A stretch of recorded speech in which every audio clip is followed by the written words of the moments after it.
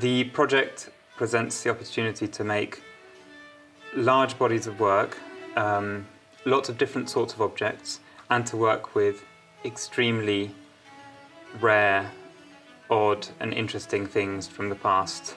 It's also an opportunity to work in the most unbelievable architectural setting and to play around with historical contexts, to take objects with a lot of history and put them into very blank white spaces, and to create new work for very historically loaded and complicated environments.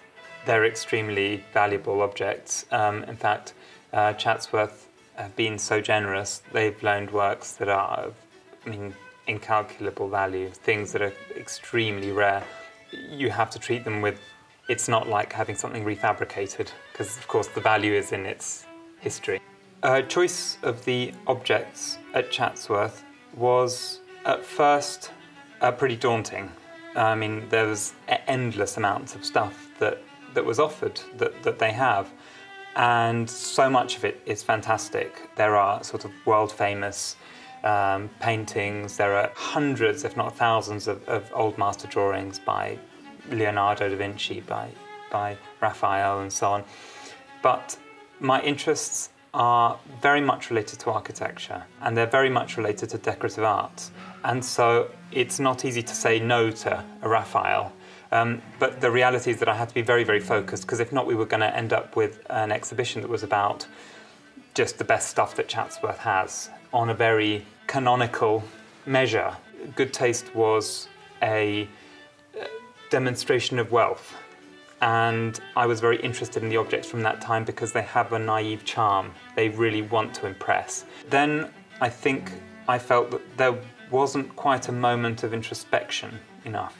It was people within architecture, it was objects within magnificent settings, it was stuff that was there to dazzle, but there were little kind of moments of humanity that kept on creeping in, of introspection, and the one that exemplifies that most for me is the Frans Hals portrait that we have, which is a moment that transcends a lot of this sort of earthly glory. History of luxury goods is very much tied to a history of power, authority.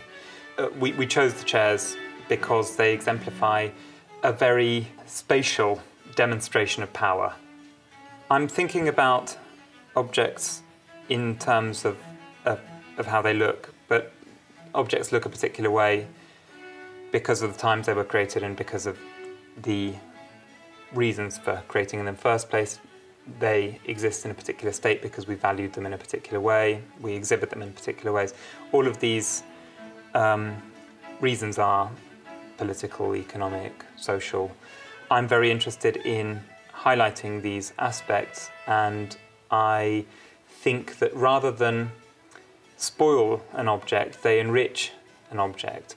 And so I would hope that the visitor to the exhibitions sees the objects that we're highlighting in a new and complex way. I'm very interested, for the same reason, in architecture and the way we move through it.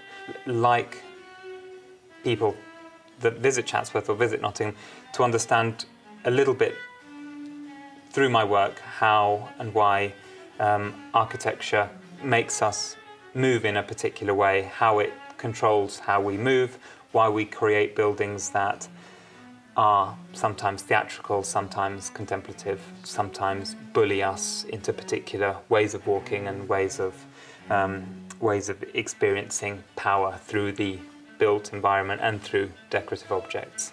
There's got to be an element of pleasure. These objects are really fabulous. I think we have to look at these objects in new contexts to try to understand what they mean to us in their original contexts.